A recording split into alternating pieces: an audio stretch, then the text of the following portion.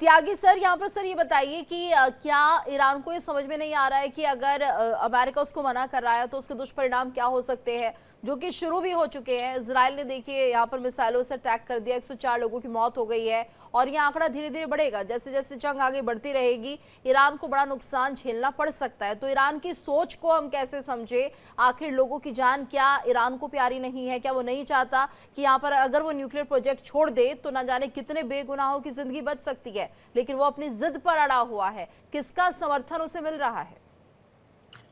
देखिए, ये तो ईरान को अब पता लग गया कि किसका समर्थन मिल रहा है। हम्म। पहली बात तो ये कि ईरान ये कहता है कि मैं न्यूक्लियर बॉम्ब नहीं बना रहा हम्म। हूं, मैं तो केवल न्यूक्लियर पावर को डोमेस्टिक यूज के लिए ही डेवलप कर रहा हूं। हम्म। लेकिन अगर ऐसा होता हम्म। तो यूरेनियम को 4% से ज्यादा एनरिच करने की आवश्यकता नहीं होती। लेकिन अ, उसने तो उसको 60% तक एनरिच कर लिया। तो लोगों को समझ में आया कि ये कह कुछ रहा है, कर कुछ रहा है। लिहाजा अमेरिका ने इसलिए उसके ऊपर ये प्रतिबंध लगाए कि आप इस यूरेनियम के एनरिचमेंट को बंद करो। हम्म। इसराइल ने भी यही कहा कि इस एनरिचमेंट को बंद करो, लेकिन वो कहता है कि मैं इसे बंद नहीं करूंगा। अमेरिका कौन है तो कौन होता है मेरे यहाँ हस्तक्षेप करने वाला? हम एक आजाद मुल्क हैं, हम अमेरिका से नहीं डरते, हम इजराइल से भी नहीं डरते, और हम अपने न्यूक्लियर प्रोग्राम को बदस्तूर जारी रखेंगे। उसने ऐसे 6-7 ठिकाने बनाए, 2-3 तो यूरेनियम के एनरिचमेंट के ही ठिकाने हैं। जी। और ये सब उसने किया, लेकिन हम्म। उसको आईना देखने को मिल गया अभी एक दिन पहले, जी। जब IAEA की बैठक हुई, यानी हम्म। कि इंटरनेशनल एटॉमिक एनर्जी एजेंसी, हम्म। जब उसकी बैठक हुई तो उसमें 35 कंट्रीज थे।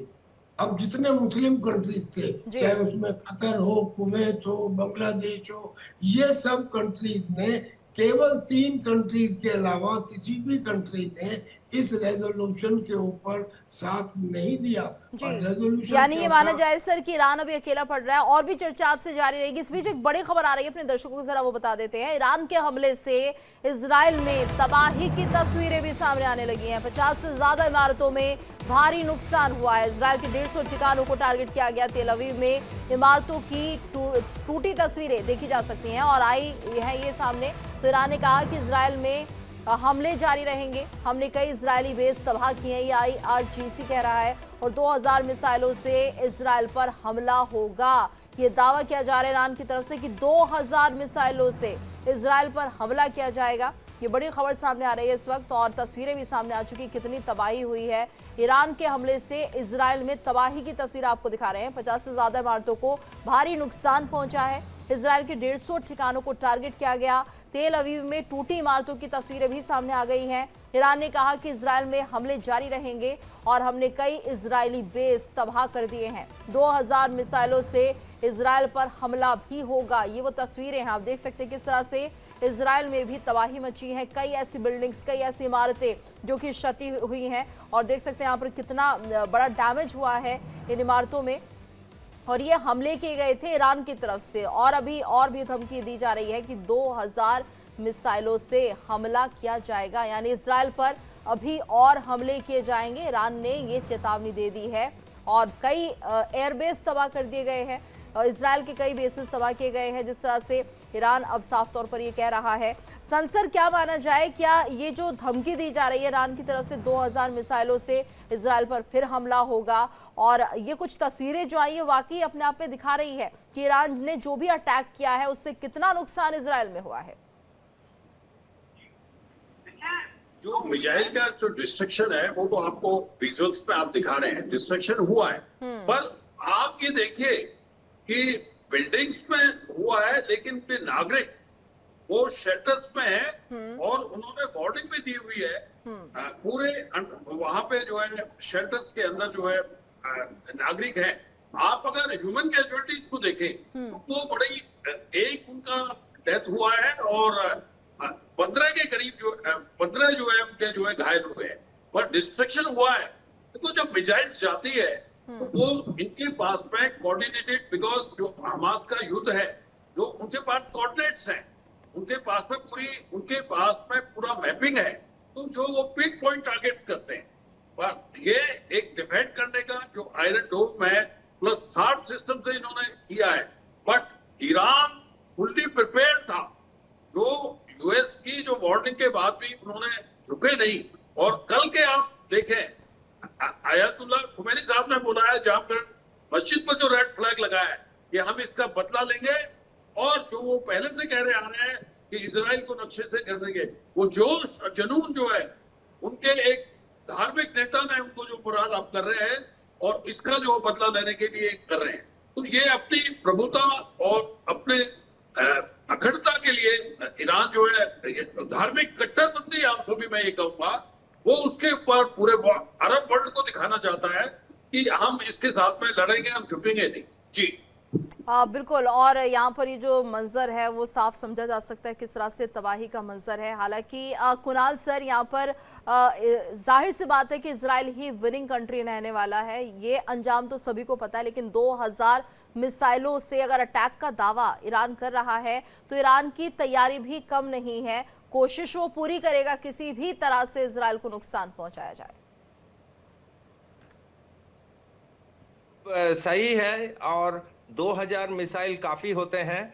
और ये जो फोटो आप देख रहा है, मैं भी सुबह देख रहा था इंटरनेट में, वो काफी नुकसान पहुंचा है।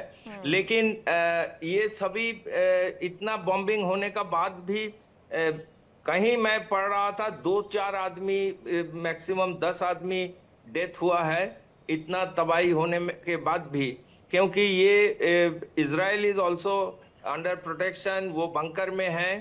तो लेकिन वही मैं जो पहले बताया था, ये ईरान डेस्परेट है बॉम्ब बनाने का, and Israel have no options to lose, क्योंकि इजराइल के चारों तरफ 6 कंट्री है, अरब कंट्री, सभी ने इजराइल के अगेंस्ट में है।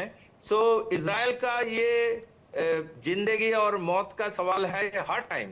मतलब losing war is not an option for Israeli, मतलब it is for their survival.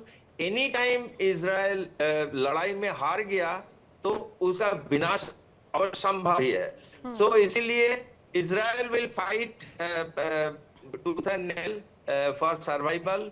लेकिन आपने जो दिखाया उसका जो प्रोटेक्शन था, वो आयरन डोम स्फीयर, एक्चुअली वो मिसाइल का प्रोटेक्शन को वो डोम बताता है। बिल्कुल, it is not a physical dome, but वो फेलियर बिल्कुल। और जो मिसाइलें आ रही होती हैं उन्हें इंटरसेप्ट करने का काम आयरन डोम करता है। जी बिल्कुल ठीक कह रही हैं आप। देखिए, जब युद्ध होता है तो उसमें दोनों तरफ नुकसान होता है, ईरान को भी होगा और इजराइल को भी होगा। लेकिन आपका ये कहना कि भाई अगर आयरन डोम है और आयरन डोम फेल हो गया तो इसका मतलब ये कि इजराइल का डिफेंस, एयर डिफेंस सिस्टम खत्म हो गया, ये गलत है। दरअसल में आयरन डोम एक लिमिटेड रेंज के लिए बनाया गया था, और वो खास तौर पे हमास के द्वारा जो रॉकेट और मोर्टार छोड़े जाते थे उनके लिए बनाया गया था। It was not for ballistic missile. Ballistic missile के लिए और सिस्टम थे। दूसरी बात, जब जो अटैकर है 1 में, 2 में, 3 में, 8, 10 में इतनी संख्या में हो तो वो उसे टैकल कर सकते हैं। लेकिन जब स्वॉर्म हो जाता है, जैसे स्वॉर्म ड्रोन होते हैं कि इकट्ठे झुंड में आपने 100 भेज दिए या नंबर ऑफ बैलिस्टिक मिसाइल बहुत ज्यादा हो गई, तो ऐसी सिचुएशन में आयरन डोम काम करना बंद कर देता है। उसके ऑल्टरनेटिव इजराइल ने तैयार किए हुए हैं। अब ये चेक किया जाएगा कि ऐसा कैसे हुआ कि अगर आयरन डोम फेल हो गया तो किसी दूसरे सिस्टम ने उसको क्यों न्यूट्रलाइज नहीं किया। पर मैं ये कहना चाह रहा हूँ कि ईरान ये करने के बाद और क्या कर सकता है? क्या वो ग्राउंड अटैक कर सकता है? नहीं सर, रास्ते में 2 देश पड़ते हैं इजराइल से करने को। क्या वो समुद्र के रास्ते अटैक कर सकता है? नहीं मैडम, क्योंकि वहां पे अमेरिका के एयरक्राफ्ट कैरियर मौजूद रहेंगे। तो फिर क्या वो हवा के रास्ते अटैक कर सकता है? नहीं सर, क्योंकि हवा में तो जो उसके एयरक्राफ्ट थे वो पुराने भी हैं, इनकम्पिटेंट है, और इजराइल के कॉम्बैट एयरक्राफ्ट के सामने कहीं नहीं ठहरते। लिहाजा वो सिर्फ मिसाइल से अटैक कर सकता है। ऑपरेशन ट्रू प्रॉमिस 1 और 2 में उसने मिसाइल के अटैक करके देख लिए, उनका कोई रिजल्ट नहीं निकला। इस बार उसने बैलिस्टिक मिसाइल का इस्तेमाल किया है। बैलिस्टिक मिसाइल की कैपेबिलिटी के ऊपर ऑलरेडी इजराइल ने एक ब्रेक लगा दिया है, यानी कि उनकी संख्या लिमिटेड हो गई है।